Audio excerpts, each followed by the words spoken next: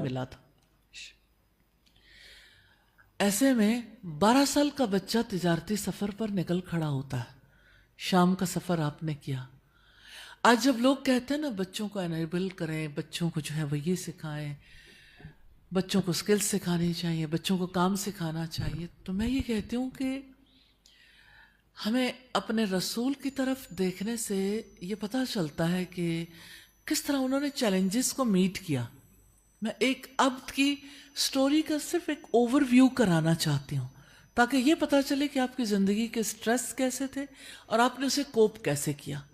اگر آپ نے ان چینز کو بریک کیا تھا تو یقیناً لقد کان لکم فی رسول اللہ اسوۃ حسنہ، بلا شبہ یقیناً آپ کے لیے اللہ کے رسول کی حیات میں بہترین نمونہ. میں اللہ کے رسول کی حیات میں دیکھتی ہوں کہ آپ صلی اللہ علیہ وسلم اس دن کتنے زیادہ تکلیف میں تھے جب دادا کا انتقال ہوا، کیونکہ کوئی ایسا نہیں تھا جو آپ کے لیے باقی رہ گیا. اور اللہ سبحانہ تعالیٰ کی اس میں کتنی بڑی حکمت تھی، آپ کو کیا کچھ سکھانا تھا. آپ صلی اللہ علیہ وسلم کو چچا نے یعنی اپنی کفالت میں ضرور لے لیا، لیکن چچا کے فائنینشیل حالات بذات خود اچھے نہیں تھے. اسی وجہ سے آپ بچپن میں ہی تجارت کے عمل میں مصروف ہو گئے.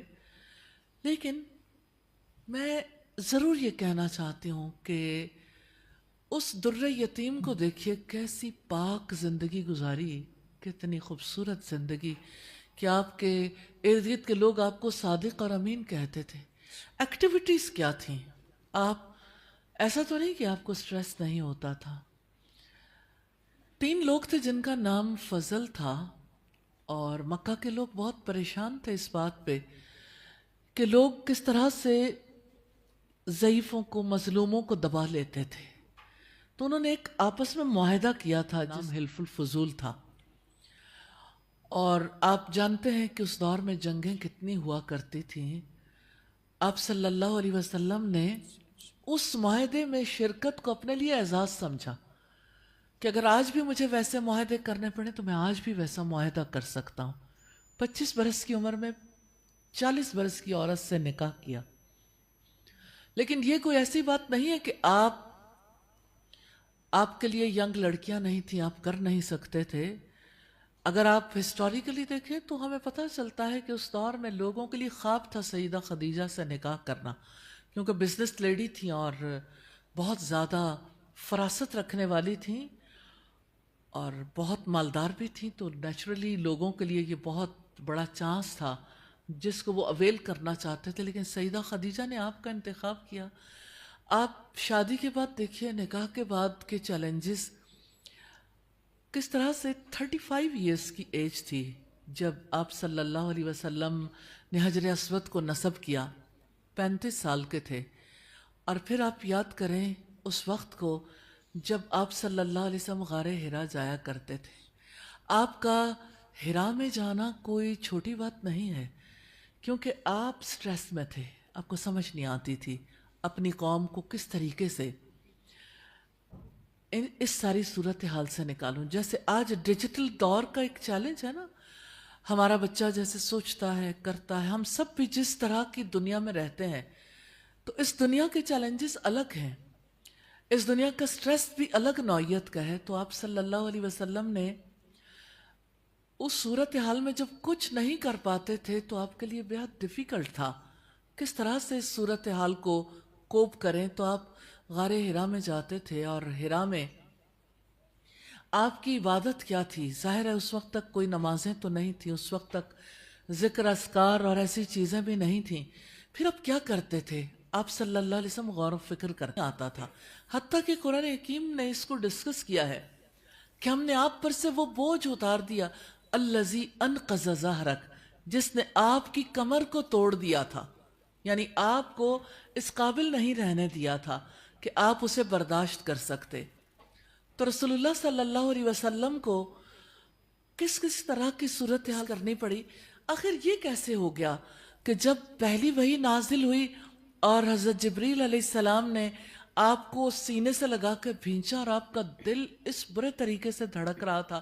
جب واپس آئے تو حضرت خدیجہ سے کہا لقد خشیت علی نفسی، میں سٹریس کو باری باری آپ کے سامنے رکھنا چاہتی ہوں کہ آپ اس وقت پہ کتنا زیادہ سٹریس لے رہے تھے کہ مجھے تو میری جان کا ڈر ہے. تو حضرت خدیجہ نے اس موقع پہ آپ کی کاؤنسلنگ کی، آپ سے کہا کلا واللہ ما یخزیک اللہ ابدا، ہرگز نہیں، اللہ کی قسم اللہ تعالیٰ آپ کو کبھی رسوا نہیں کرے گا. انک لتصل الرحم، کہ آپ رشتہ داری کو نبھاتے ہیں، رشتوں کا خیال رکھتے ہیں، آپ مہمان نوازی کرتے ہیں، حق کے راستے میں جن کو مسائل پیش آئیں آپ ان کے مسائل کو دور کرتے ہیں، اللہ آپ کو کبھی رسوا نہیں کرے گا. آپ صلی اللہ علیہ وسلم کے بارے میں دوسرا کام جو حضرت خدیجہ نے کیا تھا آپ کے اس سٹریس کو ریلیز کرنے کے لیے، کہ آپ کو ورقہ بن نوفل کے پاس لے کے گئی تھی اور اس نے بھی خوشخبری دی تھی کہ اگر یعنی جو آپ کہہ رہے ہو، جس طرح سے آپ بیان کر رہے، جو کچھ آپ کو ملا تو مبارک ہو کہ اللہ سبحانہ تعالیٰ نے آپ پر اپنا آخری پیغام بھیجا.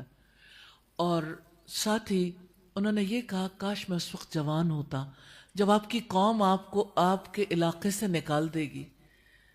تو نبی صلی اللہ علیہ وسلم کو بڑی حیرت ہوئی کہ میری قوم بھلا کیسے نکالے گی، وہ تو مجھے صادق اور امین کہتے ہیں، موسٹ رائٹیس پرسن سمجھتے ہیں مجھے، تو وہ کس طرح سے میرے بارے میں کوئی سٹیپ لیں گے. لیکن آپ صلی اللہ علیہ وسلم اس وقت تھوڑا سا آپ بہتری آپ نے فیل کی، پھر آپ کو انتظار لگ گیا. اب میں آپ کے سٹریس کی بات کرنا چاہتی ہوں کہ رسول اللہ صلی اللہ علیہ وسلم اس قدر پریشانی میں تھے کہ اب وہی کیوں نہیں آتی. آپ کسی پہاڑ پر چڑھ جاتے اور اپنے آپ کو نیچے گرانے کی کوشش کرتے کہ کاش اب دوبارہ وہ فرشتہ آئے، دوبارہ مجھے میسج ملے. تو پھر وہ آپ سے حضرت جبریل کہتے کہ آپ ایسا نہ کیجئے، اللہ تعالیٰ آپ پر بہت مہربان ہے. پھر آپ صلی اللہ علیہ وسلم نے کس طرح سے یعنی وہ دن گزارے. پھر جب آپ پر دوسری وحی نازل ہوئی، یا ایھا المدثر قم فانذر، اللہ کے رسول نے دوسری بار جب حضرت جبریل کو دیکھا زمین اور آسمان کے درمیان ایک کرسی پر بیٹھے ہوئے، تو آپ کا دل دوبارہ ویسے ہی دھک دھک دھک دھک کرنے لگے. بہت شدید سٹریس ہوتا ہے نا، بہت انگزائٹی بڑھ جاتی تو انسان کی ایسی کیفیت ہوتی. علاج کیا بتایا گیا؟ قم فانذر، اٹھو اور لوگوں کو خبردار کرو. وربک فکبر، اپنے رب کی بڑائی بیان کرو. وثیابک فطہر، کپڑے پاک رکھو. والرجز فہجر، اور گندگی سے گریز کرو. ولا تمنن تستکثر، اور زیادہ حاصل کرنے کے لیے احسان نہ کرو. تو رسول اللہ صلی اللہ علیہ وسلم کے لیے یہ پہلا موقع تھا، لیکن اس کے بعد جو تشدد کا دور شروع ہوا، آپ امیجن کر سکتے ہیں کسی شریف انسان کو کوئی اچانک یہ کہنا شروع کر دے کہ آپ یعنی آپ پر چوٹیں کسی گئیں، آپ کا مذاق اڑایا گیا، آپ کے ساتھیوں کے جس طرح سے ایذائیں دی گئی. جب پہلی ہجرت ابشہ ہوئی، جب دوسری ہجرت ابشہ، سٹریس کا کیا لیول ہوگا. 3 سال تک لاک ڈاؤن میں ایسے نہیں کہ آپ کو کسی قسم کا معاملہ کرنے کی اجازت تھی، کسی قسم کی کوئی چیز پرچیز کر سکتے یا بیچ سکتے، نہ کچھ کھانے کے لیے نہ پینے کے لیے. رسول اللہ نے فرمایا مجھ پہ 30 دن اور 30 راتیں ایسی گزری ہیں کہ میرے اور بلال کے پاس اس ایک پوٹلی کے سوا کچھ نہیں تھا جو بلال اپنی بغل میں داب لیتے تھے، جس میں کھجور کی گٹھلیاں تھیں، اور ہم گٹھلی کو چوس کے واپس رکھ دیتے تھے. آپ امیجن کر سکتے ہیں کہ وہ کیسا دور ہوگا. اور لوگ پتے کھا کے بھی گزارا کرتے تھے. بچوں کی چیخوں کی آوازیں آتی رہتی تھی. 3 years of stress.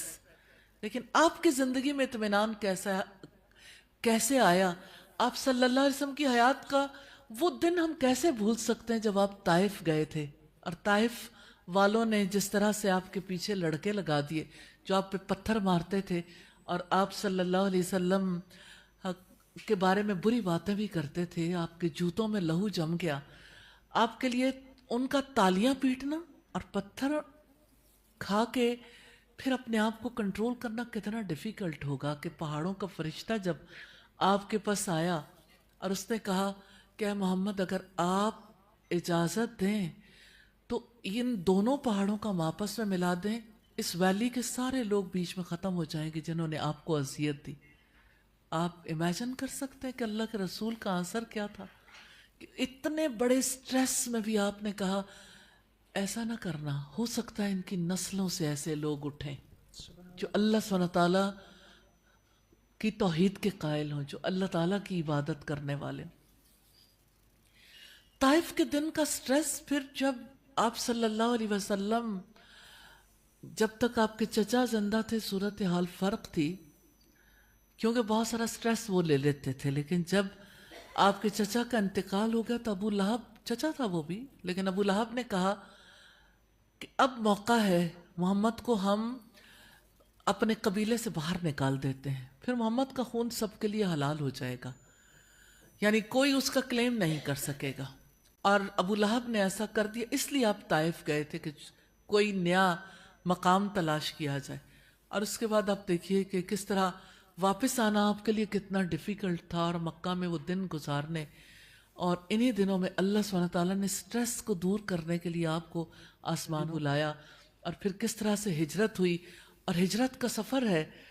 اور میں ضرور کہنا چاہتی ہوں, ایک طرف اتنا شدید سٹریس ہے, دوسری طرف جب آپ آسمانوں پر اللہ سبحانہ تعالیٰ نے بلایا معراج کے لیے, تو قرآن حکیم ہمیں یہ بتاتا ہے ما زاغ البصر وما طغی, نظر نہ حد سے بڑھی, نظر نہ چوندھیائی, نہ اپنی جگہ سے آگے بڑھی, اپنی حد سے آگے بڑھی. ایک انسان جس کے اندر اتنا سٹریس تھا, سکون کیسے ملا؟ گریجولی کس طرح سے وہ پرسکون ہوتے چلے گئے, کیسے وہ اس لیول تک پہنچے؟ یقیناً یہ وہ باتیں ہیں جو ہم آج کی اس نشست میں کرنا چاہیں گے کہ رسول اللہ کے طرز زندگی میں ایسا کیا تھا.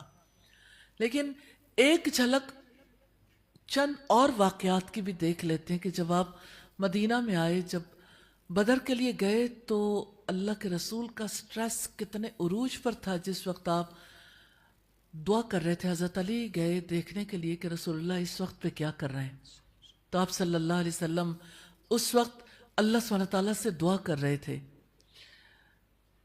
اور دعا یہ تھی کہ یا اللہ یہ چند افراد ہیں, چھوٹا سا گروہ ہے, اگر یہ بھی مٹ گیا تو دنیا میں تیری عبادت کرنے والا نہیں بچے گا.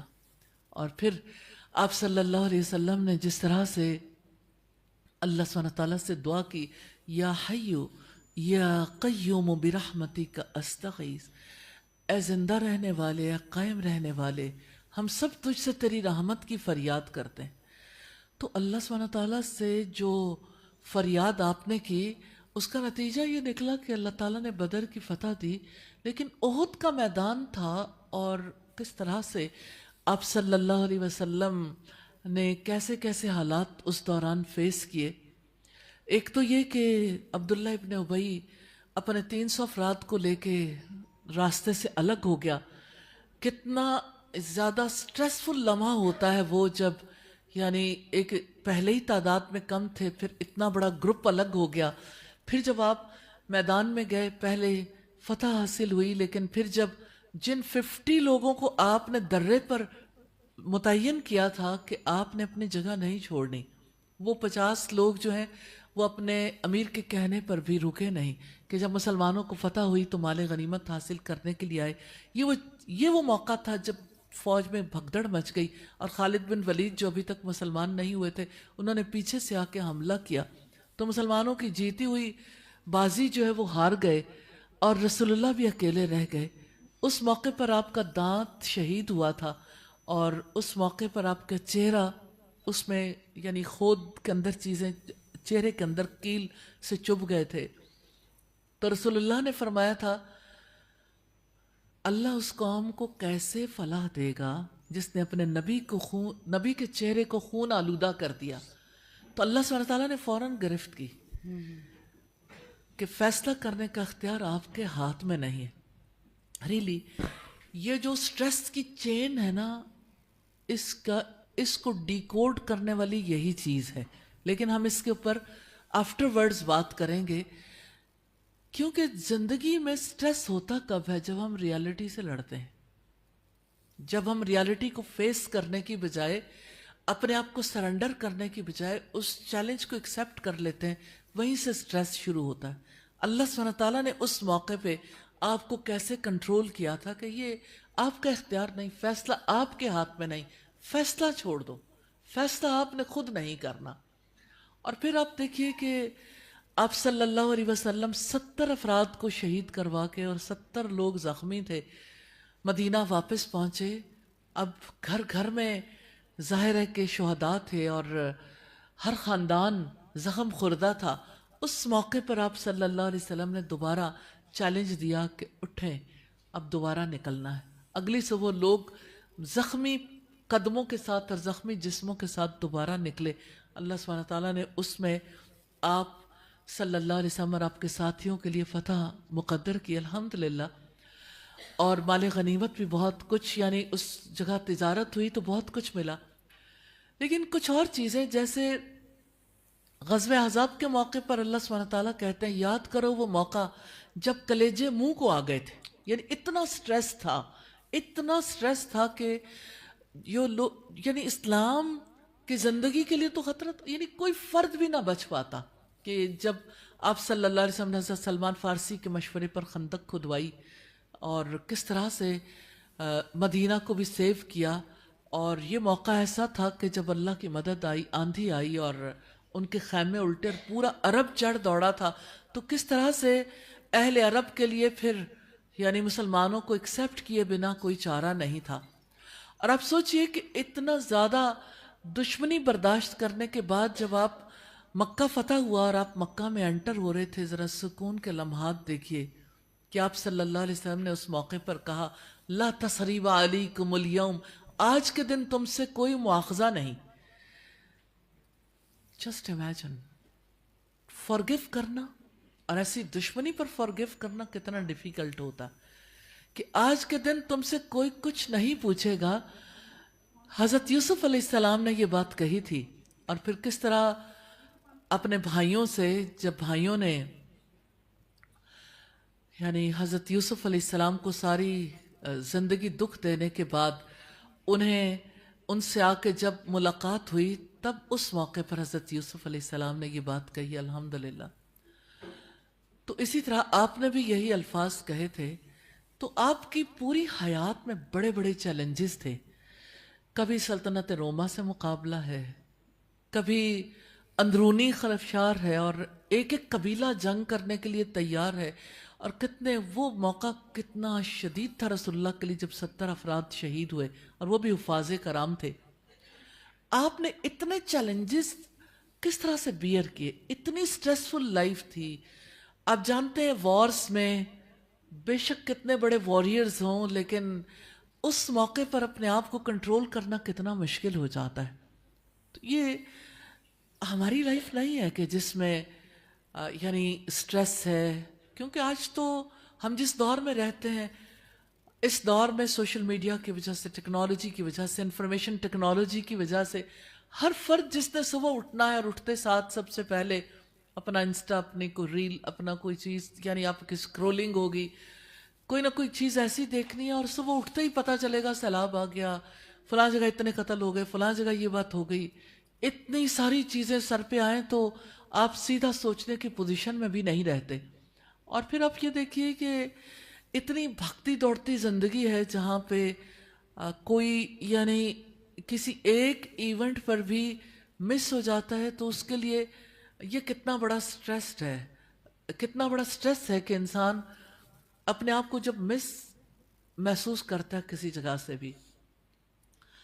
یہ جو فومو ہے اس کی وجہ سے لوگوں کے لیے، لوگوں کی کیا کنڈیشن ہو گئی، ہر وقت اپنے آپ کو اینڈ رکھنا، جو ہے وہ نہیں، جو ریالٹی نہیں ہے وہ دکھانا، جو کچھ انسٹا پہ ہے وہ ریئل لائف میں نہیں ہے، اور جو ریئل لائف میں ہے وہ سب کے سامنے لانا نہیں چاہتے، ہر وقت ڈبل سٹینڈرڈ، ڈبل لائف ہے۔ ایسی صورتحال میں یقیناً سٹریس ان چیزوں کا بھی ہوتا ہے، لیکن نیچرلی ایک مزاج بھی ہوتا ہے۔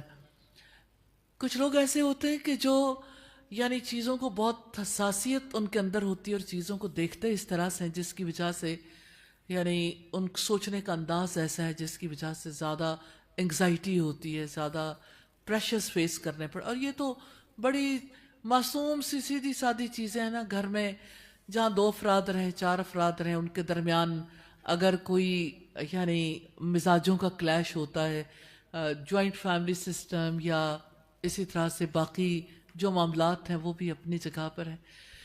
ہاں ایک بات اپنی جگہ طے شدہ ہے کہ آج کے دور کا انسان سٹریس تو ہے, اور سٹریس بھی ایسا ہے جس میں پورے طریقے سے گھرا ہوا ہے, نکلنے کا راستہ بھی نظر نہیں آتا. وہ جیسے احمد فراز کہتا ہے نا کہ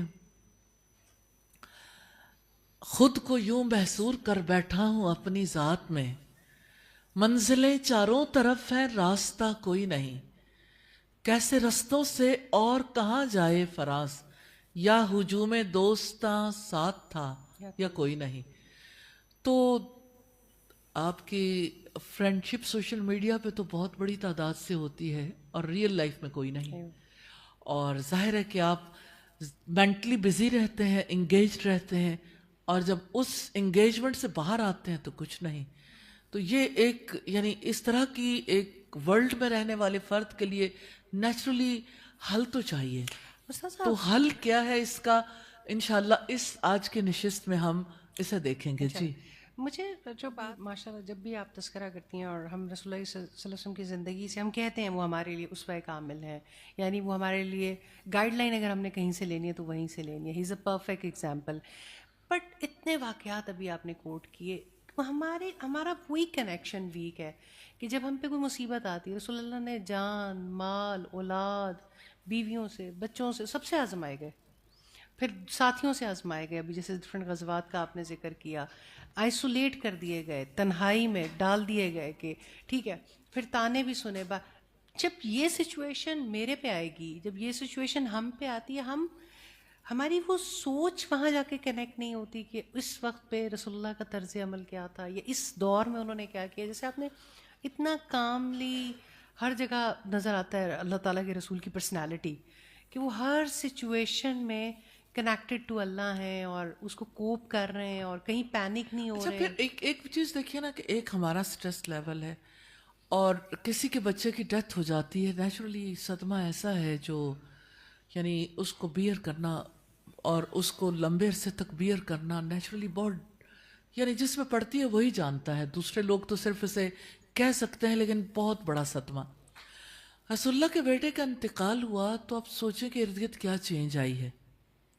اپنا چچا ہے جس نے رسول اللہ کی پیدائش پہ اپنی لونڈی کو, خبر لانے والی لونڈی کو آزاد کر دیا تھا کہ میرے یہاں یتیم بھتیجا پیدا ہوا.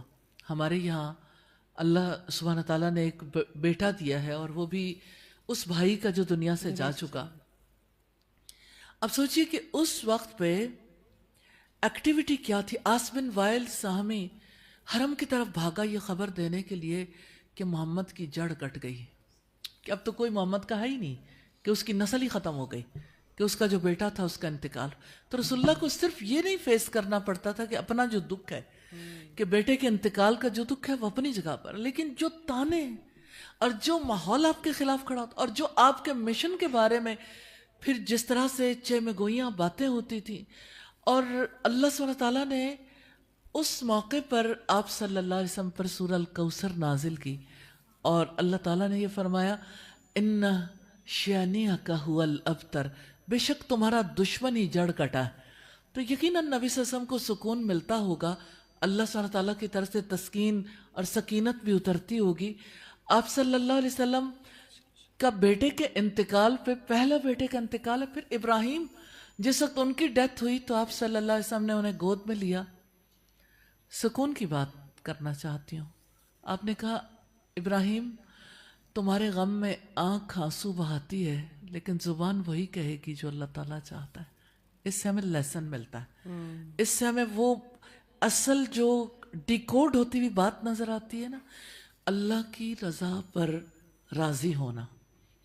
ہماری زندگی سے جو چیز مسنگ ہے نا, بے شک ہم زبان سے کہیں لیکن موقع پہ مس ہوتی ہے. مس ہو جاتی ہے. جو مس ہے وہ یہ کہ انسان, آج کا مسلمان یہ چاہتا ہے کہ دنیا میں جو کچھ ہو وہ میری مرضی سے میرے ساتھ ہو. اولاد بھی مرضی کی چاہیے, اور پھر یہ ہے کہ مال بھی مرضی کا چاہیے, اولاد کے معاملات بھی مرضی کے چاہیے. جس طرح سے میں اپنی زندگی کو ڈیزائن کروں میری زندگی ویسے ہو. یہ سٹریس کا بہت بڑا ایشو اس وجہ سے. تو پہلی چیز جو ہے نا وہ یہ بیلیف ہے کہ ہمارا ڈیزائنر اللہ ہے, You are not your جس architect. نے, ہم اپنے ڈیزائنر نہیں ہیں, نہ اپنی ذات کے ڈیزائنر ہیں نہ اپنے حالات کے ڈیزائنر ہیں. سبحان اللہ. اللہ ہمارا کریٹر ہے, اور اللہ سبحانہ تعالیٰ نے ہمیں بنایا, اور ہمارے اعمال کو بھی اسی نے کریٹ کیا. ہم نے دنیا میں جو کچھ کرنا ہے اس نے جو لکھا وہی تقدیر ہے. تو تقدیر پر جو ایمان ہے نا اس کے بارے میں بھی مائنڈ بہت کنفیوزڈ ہے, جس کی وجہ سے یہ زیادہ پرابلم ہے. تو اللہ کے رسول صلی اللہ علیہ وسلم کی حیات سے جو ہمیں سبق ملتا ہے کہ آپ صلی اللہ علیہ وسلم نے ٹوٹل سبمیشن پہ عمل کیا. Total submission and no resistance. زندگی میں سٹریس کب آتا ہے؟ جب ریزسٹنس آتی ہے. اور ریزسٹ انسان کس کو کرتا ہے؟ ریالٹی کو ایکسیپٹ نہیں کرتا کہ مجھے یہ ریالٹی نہیں چاہیے, مجھے اپنی چوائس کی ریالٹی چاہیے. تو جب اپنی چوائس کی ریالٹی نہیں ملتی تو انسان تو ظاہر ہے اسٹریس بھی ہوتا ہے, سائیکولوجیکلی اپسٹ ہوتا ہے, سم ٹائمز ایسا ہوتا ہے کہ مینٹل ہیلتھ زیادہ متاثر ہو جاتی ہے. تو راز تو ایک ہی ہے, اللہ کی رضا پہ راضی رہنا. لیکن جس ہم صورتحال سے گزر رہے ہیں اس کے لیے کچھ پریکٹیکل ہیکس بھی ہیں کہ ہم کس طرح سے ہم ضرور چاہیں گے وہ پریکٹیکل ہیک سیکھیں.